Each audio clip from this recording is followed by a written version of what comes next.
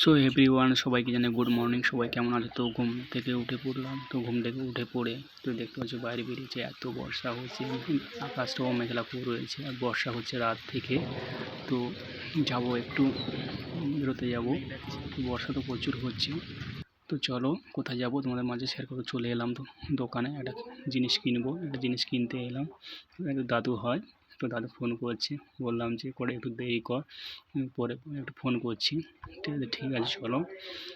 Phone করা হয়ে গেলে জিনিস নেব, জিনিস নেওয়ার পরেই আবার বেরিয়ে পড়লাম মুখ ধুতে ব্রাশ করতে করতে। তো আমাদের গ্রামের পরিবেশ তোমাদেরকে দেখাই। তো দেখতেই পাচ্ছ পরিবেশটা খুব সুন্দর পরিবেশ, কিন্তু বর্ষার জন্য খুব হয়ে আছে। পুরো বর্ষা পুরো ডুবে গেছে, এত বর্ষা হয়েছে এখানটা মানে মৌসুমী আইল্যান্ডে। আর রাস্তাটা তো দেখতে পাচ্ছ, রাস্তাটা একদম মারাত্মক রাস্তা, রাস্তা একদম পিচ রাস্তা, মানে পড়লেই আর খুঁজে পাওয়া যাবে না। রাস্তাটা খুবই সুন্দর রাস্তা, তোমরা মনে করতে পারো। ছাতা নিয়ে বেরিয়ে পড়েছি, ছাতা না থাকলে বৃষ্টিতে পুরো ভিজে যাবো, এই জন্য ছাতাটা নিয়ে এসেছি। আর আসার সময় দেখতে পাচ্ছ রাস্তাটা খুব সুন্দর, পুরো চারিদিকে সবুজ। আমাদেরকে গ্রাম পরিবেশটা খুবই সুন্দর লাগে, আর গ্রামের পরিবেশটা ছাড়া অন্য জায়গায় খুব ভালো লাগে না। তো গ্রামের পরিবেশ।